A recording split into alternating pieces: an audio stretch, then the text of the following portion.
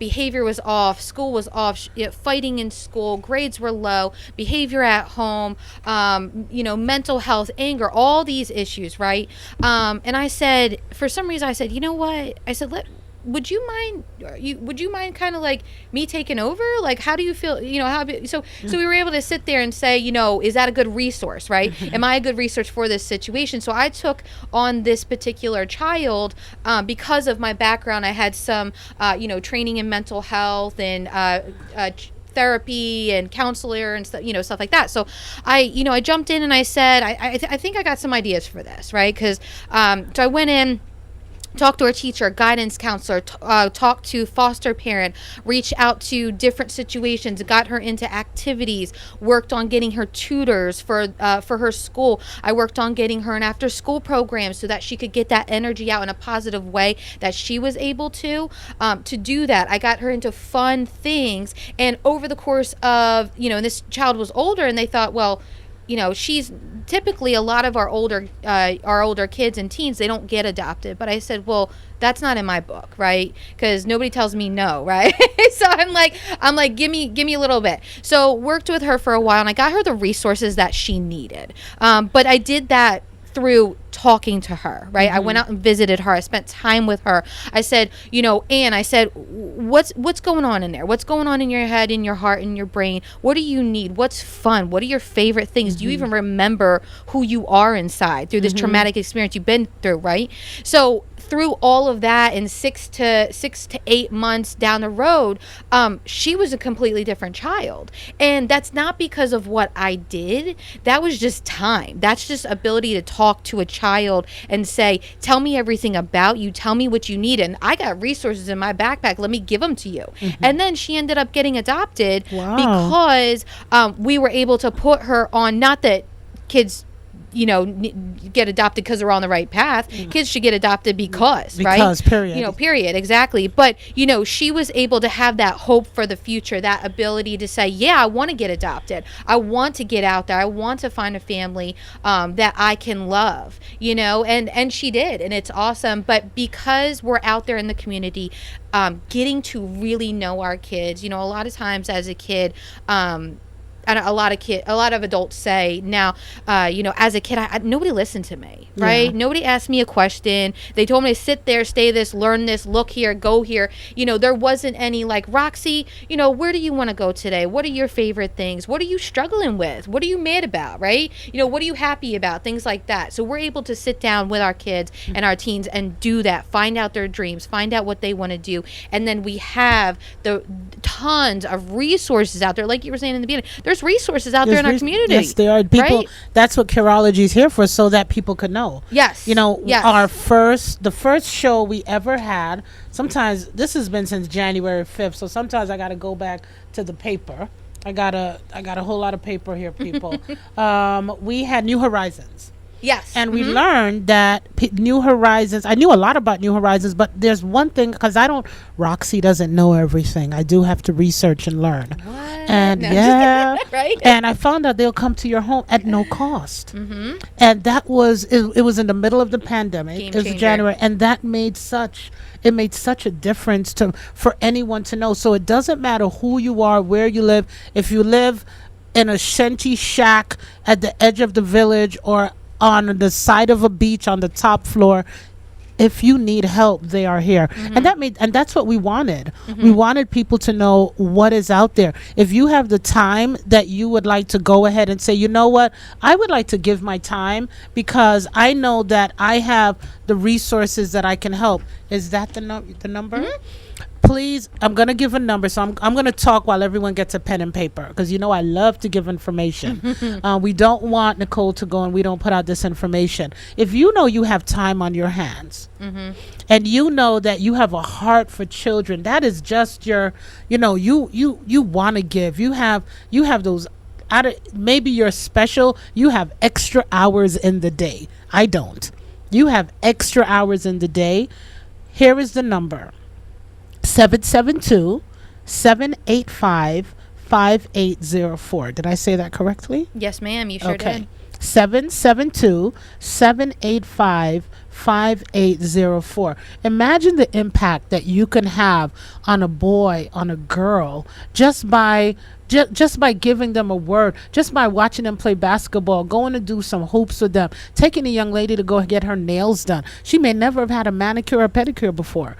And just seeing you with a briefcase, coming out with your suit and your shoes, driving up in your nice car. What do you do? Well, boo, I do this, boo. I do this, guy. Boo, you don't know what impact that is going to make on a child. And that, to me, I think that's very important. And we thank Guardian of Litem. Did I say that correctly? Guardian at Litem, yes, Because ma'am. I always mess that up. And I am not ma'am, I am Roxy. You don't know what impact you are really going to make on a boy, on a girl growing up. See, I have a soft side, people. It's only when you poke the bear does it come out, but we want people to volunteer, because let me tell you something. I run a nonprofit, and volunteers are crucial. I have two young ladies that are always at our office, and Janice, oh my goodness, I don't know what I'd do without her. And we just want to say thank you. This is a way you can give back to your community, because money is good, but sometimes for this organization, giving of your time is what is the most important thing. I believe you get stars in your crown when you do stuff like this. What do you think? You get stars in your crown for the. I see stars. You see, we're not talking about your stars, Cliff. Well, Roxy, too. Yes. A good thing you brought that up, too, because a lot of people, now I'm talking to the people listening and watching right now. If you work 40 to 60 hours a week, if you have a typical 9-to-5 job, if you have a crazy schedule job, if you're a single person, a married person, if you have kids, if you have no kids, if you have if you're a fur parent, we got a place for you. See if you're that? in college, if you're, anything. We have stay-at-home moms and dads. Anybody can reach out to us and volunteer, because you can volunteer after work hours on Saturday or Sundays. We really, really make it work. I always tell our volunteers, we do not micromanage you, we empower you. I love that. No micromanaging, empowering. And as they empower you, you can now empower. They give you the tools to empower someone else, and that is what is important. Nicole, I am so grateful that you came on. I have 2 minutes that I'm going to give you, if you had something in the back of your head you forgot and you want to talk about, I'm going to give you 2 minutes to go ahead. If you forgot anything, go right ahead. Yeah, probably most importantly, in case you missed this when we were talking before, maybe I didn't say it, we do provide everyone with training. Okay, I love it. It's online training. If you're home, we're in-person training now too. We offer both. We offer a support team that wraps around our volunteers. We always are headed towards reunification or adoption. That's what our goal is for these children. And in the meantime, we get them resources. We are out helping our kids on average from 1.5 to 2 years. So if you're thinking, how long would I be volunteering? We like to be consistent with our kids. With children, and yes. then we do visit our children once every 30 days, and we go to court on average about 4 times a year for our child. Children. So our volunteers have about 1 case that average from 1 to 3 children. So we're not giving them 15, 20 kids. Right. We're having them focus 100% on those 1 to 3 children. Well, you know what, Cliff, this is the meaning right now. This is the meaning of CARE-OLOGY: caring and supporting your community. You couldn't have said any. Y'all could have used my phrase. Look, they could have used my phrase right here: caring and supporting your community, because that's what it is. Sure. Guardian of Litem. Yep. Is what CARE-OLOGY is focused on. Caring and supporting your community. Nicole, it has been an awesome pleasure. Thank you, I always Roxy. seeing you. I appreciate you. I'm going to be getting out. I've been a little hermit right now. I take this seriously, my health seriously. Everybody know there's a new grandbaby, so we're taking this seriously. But I thank you so much of taking your time and coming out. I thank you for what you empower and what you put into these children in our community, because everyone has to remember, these are our children. We raise them. We raise a village. It's a village. You have to do it together. And when you do a village together, these are the children that come up This is going to be our next council, our next mayor, our next commissioner, if they're in our community, our next teacher, our next nurse, our next doctor. You can empower someone and they can come and work in your company. You might see the next CEO of your company. You don't know who you're going to see. So if you have a heart for this, we advise you to learn some more. Go to their website. It is www.guardianlitem.org. I'm going to make it simple for everybody. All this information is going to be on CareBag's Facebook page with our beautiful picture of me and Nicole that we just took. Absolutely gorgeous. Thank you, Cliff. But I want to say thank you. Thank you for coming out. Thank you for what you do in our community, because this this empowers, and I just see God's blessing all over this, and these children can learn so much more. And because of you, these children are going to have a good future. And we want to say thank you again from CARE-OLOGY and WPSO. Thank and you, we Roxy. encourage you every time you need us, anytime you reach out to me, and we can see what we can do. Oh, you rock. Everyone, thank Nicole from coming out, and I'm sure I learned so much that I love. And we have another guest coming up. Yeah, I'm splitting it up in two today. We're doing something kooky. I came on kooky, so we're going to keep it going kooky. But we're going to hear from our sponsor that makes us available that we can have this show. And we will be back in 31 seconds. Thanks, Cliff. Thank you, Nicole. How would you like to win the Lexus UX200 with taxes paid? No car payment. That sounds terrific. Go to givecarebag.com. All proceeds go to help our local nonprofit CareBag Incorporated, where they provide access to proper hygiene to those in our community in need. We also have 2 additional prizes. Go to givecarebag.com to find out how you could win a beautiful 2021 Lexus UX200. No lease, taxes paid. Drawing December 17th, 2021. If you could reimagine the way you buy a car, what would you do? Make it simple, make negotiations disappear, demand transparency, then experience amazing at your Treasure Coast Lexus dealer. Car Buying Simplified. Treasure Coast Lexus is a proud sponsor of CARE-OLOGY. Every Tuesday at 6:05 p.m., caring and supporting for our community. Car Buying Simplified. Check out your Treasure Coast Lexus dealer. Members.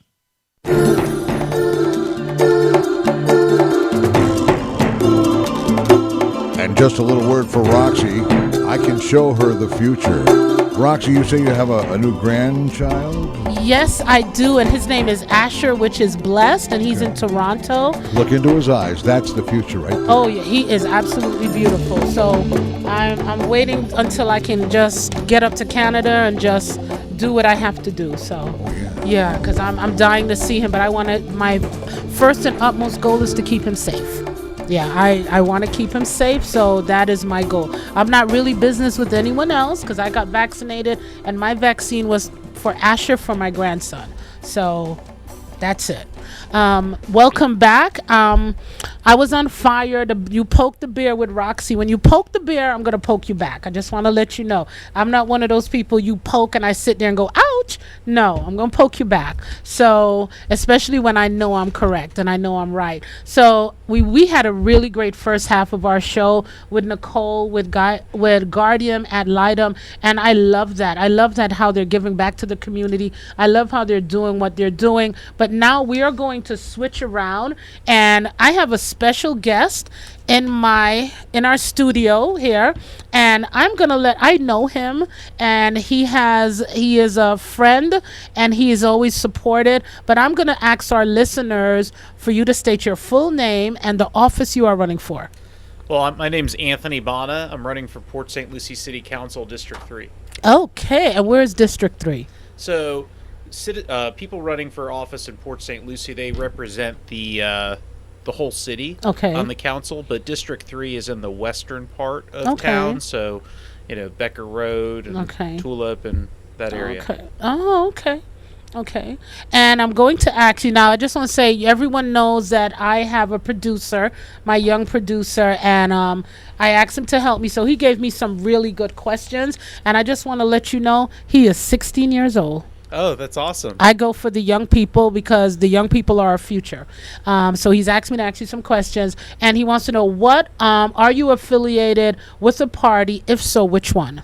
So the great thing about these offices for city council is that they're nonpartisan races. Okay. And it's part of our charter, and it allows us to really focus in on the issues that are important to the community. Not the party. Absolutely. So you don't have to answer that. I respect that. Thank you very much. And which I know, but I'm going to let you do it. What date will the election be taking place? I already know that. But. So the election is going to take place on September 21st, but the city voted to allow early voting. That's correct. So early voting is going to be September 11th through the 18th from 10 to 6 p.m. And you can also request a ballot to vote by mail. Call 772-462-1500. That's our supervisor of elections office, and it's a great way to make sure you don't forget on September 21st. With a special election, a lot of people have a tendency to intend to vote, but then they forget. Things come up and they forget. So well, at CARE-OLOGY, what we're going to be doing here, we are going to be having. Now, I just want to let everyone know, because legally by law I have to do this, and which I was going to do it anyway. I have gone out to everyone that is going for this special election. Everyone got a text from me, correct? And we've also done email. There are 8 candidates. 6 have responded. If the others don't respond in time, then nothing I can do. But I love when someone is not afraid to come on, because they thought this was just a little show. We're big here. Nothing Roxy does is little. There you go. Thank you. She is on fire. If you were listening to me earlier, you would have found out. Oh, yes, I was. Yeah. I wasn't too rough, was I? No. Okay. Well, my husband texts me about slow down, so I know I'm going to hear about it when I go home. That was good, Glenn. Okay, so we're going to get into the meat of the matter. We know about you. So, a couple things. I went out to a couple people, and I asked them a couple questions, and we have a couple questions for you, which everyone's going to get. Okay. With the housing crisis on the horizon for middle and lower income citizens, what do you believe the council can do to alleviate this issue? So, I think we can investigate different, grant programs and different sources of funding that we can provide for help for our residents. I know there was a lot of federal government money that provided resources as well. Okay, so. And I have a big question coming. I know you're prepared for that, but we'll do this one. This one bothers me. Congestion on our ulterior roads is increasing because St. Lucie, everyone wants to live here. It's a beautiful place. I love it. What are the plans to ease the burden on our roadways? So there's a lot of traffic is one of the biggest issues that we're dealing. Everybody's talking about traffic, and they built Crosstown, and when they built, oh my goodness, Anthony, I've been thinking of something. I'm laughing. No, I've been thinking on something to do, and the minute I said Crosstown, it just hit me. What about a walk for homelessness over the Crosstown Bridge? Sounds like that sounds like a great idea. I'd participate in it. You'd walk with me? That's what I'm talking about. Wow.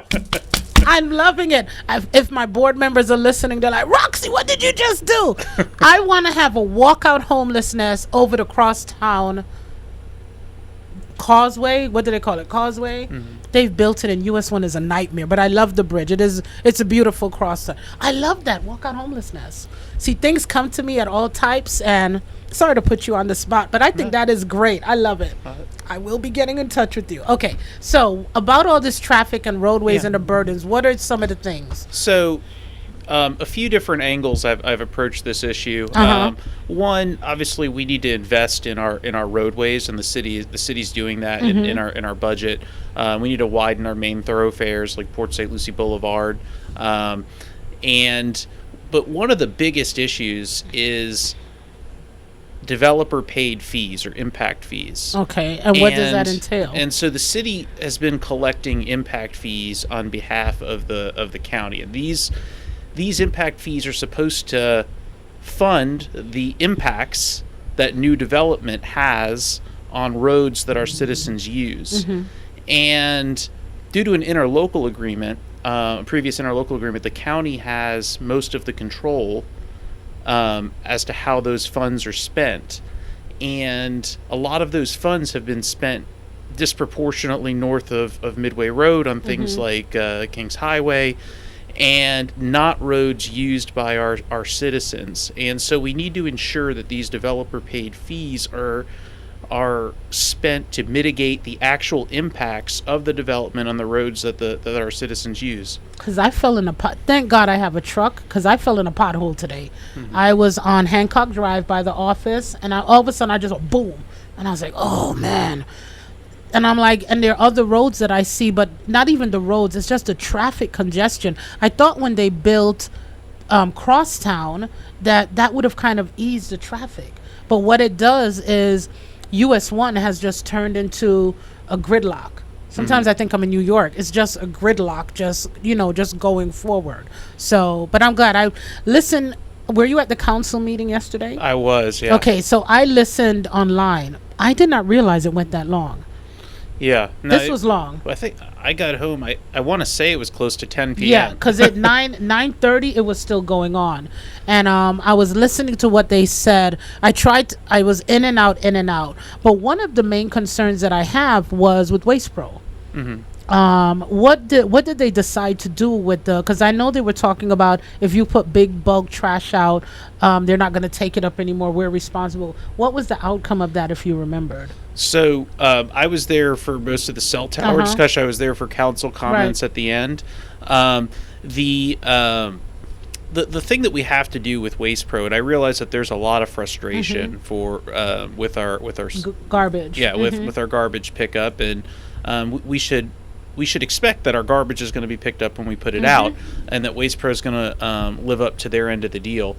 The thing about it is there is a problem across all industries with shortage of employees, with finding employees, and the best thing to do is going to be to find a way to make things with Waste Pro work. We need to hold them accountable, and we need to ensure that they uphold their end of the bargain. But we're going to have the same challenges if we bring someone else in, with the added burden of now this new company has to learn the new ropes, because garbage was supposed to be picked up for me today, still sitting there. I've had garbage sit out almost a week and a half. I've had to pick up my garbage and go find a dumpster because it can't sit there. You have squirrels, you have birds, and out opening the bags. I know that's not a political candidate, but I'm just letting you know, because at CARE-OLOGY we're just laid back, and we're so. And one of the things, and this is something I've always prided myself on, and as many of your listeners may know, I served as a county commissioner in 2018 for a brief period. I always give out my cell phone to every resident, 772-237-0984. They're going to call you now. Absolutely. And the reason I do that, and also through the office, if you're having an issue with someone like Waste Pro, you want to have a local guy on the city council who can follow up on this constituent service issue and work with our partners in the community. So whether it's a Waste Pro issue or it's another issue in the community, accessibility is a very important issue in the campaign, and I'm someone that can be available for you, and takes great joy in serving our residents. Okay, well, thank you very much. So I am going, I have one more question, but I'm going to move to something else. Because you served as a county commissioner. Do we have a homeless shelter in Port St. Lucie? I listened to the first portion of the show, and no, we do not have any in Florida. Okay. No, we don't have any in Port St. Lucie. We have in Florida, but not here on the Treasure Coast. So I'm just asking your opinion about having a homeless shelter. At the moment, we don't have any homeless shelter in our community. We have a homeless population. I keep hearing that no one, because I talk to the homeless, and I also talk to I talk to my donors, I talk to my, my supporters, and I have a couple of people that were just really bold because I love honesty, and they said, you know what, Roxy, if they build a homeless shelter, where are they going to build it? They tell me, Cliff, I don't want it in my backyard. I don't want it on my street. My property value is going to go down, and but when the weather gets cold, everyone wants us to open one up for our homeless. So I was just thinking, me, I think out of thin air. What does it take? What would it take to say, let's have a homeless shelter? Do you know? Well, I think it takes the community coming together to kind of... Because they would have to vote on it. Yeah, I mean, we would have to find an approved site and something that worked, but it would also take people like you, community leaders, coming together in order to get it done. And I'm sure that if we look hard enough and we put enough energy in, that we can that we can figure out a way to serve this great need in our community. Okay. I think that it absolutely is. We have a lot of great nonprofits. We have a lot of great people that serve. Because I know Graceway Village is doing a transitional home, and I'm praying to God that works out, that they can get that done, because that will be, at least, it won't be a shelter everyone can go to, but at least it'll be some place where people can go, which is important. That's just vitally important. Like you heard me in my rant and rave, people living in the sand, because we really don't have hard ground, in tents and tarps. Right now it just rained. Poured cats and dogs. I have people listening from Mexico, Holland. Here when it rains, it's like a everyday. It's like a hurricane rain. It just comes down. I drove all the way from Port St. Lucie, and it was I was trying to get here before. Then I saw the big rain of fall. I was like, oh, I'm gonna get wet. Umbrellas in the back that I can't reach.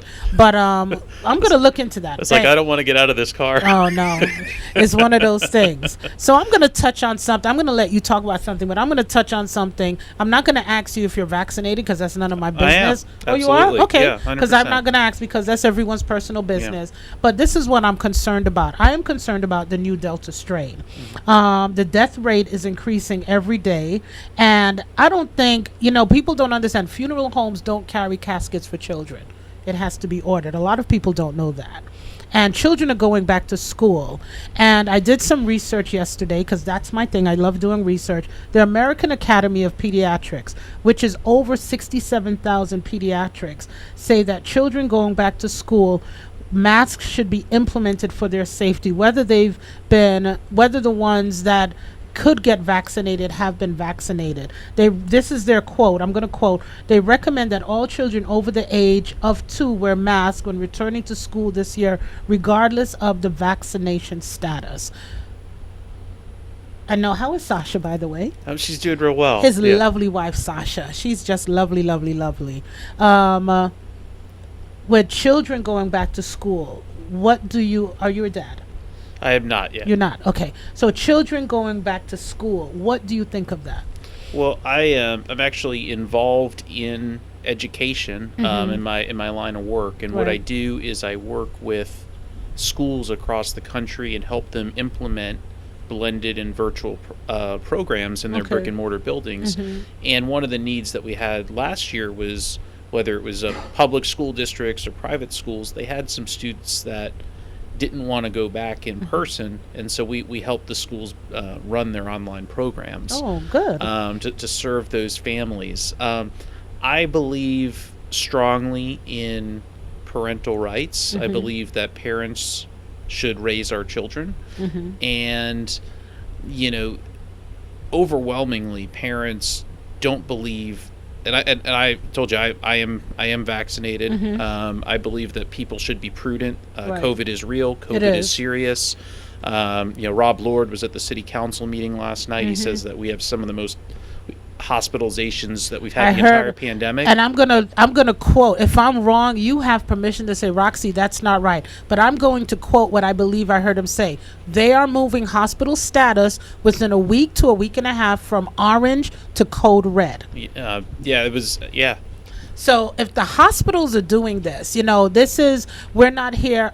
I know at CARE-OLOGY we said we don't talk politics. This is not politics. The election that we have going on, this impacts our community. And CareBag is about caring and supporting our community. If you do not know who you have in power, if you do not know who you have sitting down representing you, you can't walk across the street. You can't get in your car. That's like getting in your car with a blindfold on. You have to know who's representing you, because they are the voice for you. And that's why I wanted to give each candidate a reason to come on here and talk about that. Yeah. But to answer your question directly, though, I don't believe that there should be a mask mandate for students in schools. I think that that there are accommodations and things that can be made, and certainly if parents want their children to wear masks, and anyone that's immunocompromised, or I think that accommodations can be made, but I don't think that there should be any kind of mandate, especially with the vaccine so widely available to adults. So this is my concern. If they're coming back to school with a full classroom, the way they had it before, that is my concern, because it's gonna, a lot of children being in CARE-OLOGY, being in the role that we have, I know for a fact that a lot of grandparents are raising their grandchildren more than parents. So you have a lot of grandparents who have problems that are now sending their grandchildren to school who might not have been able to get vaccinated. So that's, my thing is, like I said, I just asked your personal opinion. My thing is, I want parents to be aware of, it's just not you anymore. You're sending your child, and it affects everyone. So that was just some simple questions I had. I'm gonna go to the big question from the 16-year-old now. You're gonna love this. Okay. School shootings are a major risk in every city in America. If elected, what would you do to minimize the risk of school shootings in our area? So, the state of Florida has what's called a preemption clause. So, at the local city level, we cannot make any kind of regulation of firearms or anything of that regard. In fact, if I were to do that, I believe I could be fined up to $5,000. I believe that's the state law. Please don't get fined, because that money can go to Cliff, that money can go to a lot other good things, like or Okay. But what I can do, and what I do is I'm supportive of our law enforcement and our police. The city. I love our Port St. Lucie Police and Fort Pierce Police Department. And very proud to be supported by Assistant Chief Del Toro. And we need to make sure that we continue funding the school deputies. And I believe we fund them in the charter schools. And we need to make sure that we have a local police training facility in Port St. Lucie. Okeechobee has one. The 7th largest city in Florida does not have a police training facility. So make sure our police have the latest technology and equipment, and our officers are competitively paid. Okay, so we have just a couple minutes left. Well, really have two. Out of the what you're running for, what is one thing that you'd love our listeners, because we got a whole lot of listeners driving in this rain, people don't move their station from WPSL, what would you like to let the listeners listening to you right now know that you will do for the county? Well, first of all, I love this community. I've been here since 1990. I was a scholarship kid. I was a Young Floridian recipient, and at the Young Floridian ceremony, they challenged us to come back here. I always knew I wanted to come back to this community and make a difference. One issue we haven't talked about that a lot of people are talking about is property taxes. Ooh. And we had the highest millage rate in the state. The city has reduced their portion of the millage 6 years in a row. When I was on the county, I fought to reduce the county property taxes, and I will continue my efforts to make sure that our county and city taxpayers have a fair deal and have relief. Without cuts to services. I don't think anyone has noticed any substantial cuts to services in Port St. Lucie when they've been reducing the millage. We have enough growth. We need to be responsible, but we do need to continue reducing the taxes and paying down the debt. Property tax is a killer. Trust me. Absolutely. Oh my goodness, yeah. And there's no one more outspoken on the issue than I've been. Well, Anthony, I thank you so much for coming on, and good luck. Everyone remember that if you want to vote, you can actually go on and you can look up and see Anthony and learn about him, what he's done. And we just want to say thank you for coming. And we hope you enjoyed your time. That our listeners and those on Facebook, those on Alexa, those on TuneIn, you can watch it again on WPSL TV, can learn about you. We thank you for coming in. We thank you for your support that you've done for this community, and we wish you the best of luck. I really appreciated the opportunity. It was great that we had a 16-year-old involved. It's great to have young people involved in the process. Yes. AnthonyBonda.com, 772-237-0984. Well, we're going to put all of that, and we want to just say thank you all. This is Roxy, and we hope you had a good time with us. We are going to be back here next week, Tuesday. But before I forget, we ran the commercial, but we just want to say, if you haven't heard, we have our 2021 Lexus UX 200. It is coming around the corner, December 17th, that we're going to have that drawing at 2 p.m. at Lexus. But next September, we have our second drawing, which is September 17th, for that beautiful 4K TV. Tickets are on our website. Only thing you have to do is go to givecarebag.com. Our tickets start at $25. Taxes are paid. So this bad boy is yours. When you drive by my office, just swing by so I can take a joyride with you. My name is Roxy, Anthony, Cliff, and Nicole. Thank you for being my guests. Thank you for being with me. And we are going to be here next week. And for next week, we have a really, really good show. We have the Sword Outreach, and we hope you join us. Again, my name is Roxy. This is CARE-OLOGY, and we want to say thank you. Be safe on the road. God bless, and we will see you next week. Have a great, great rest of your week. And this is WPSL Port St. Lucie, the talk of the Treasure Coast.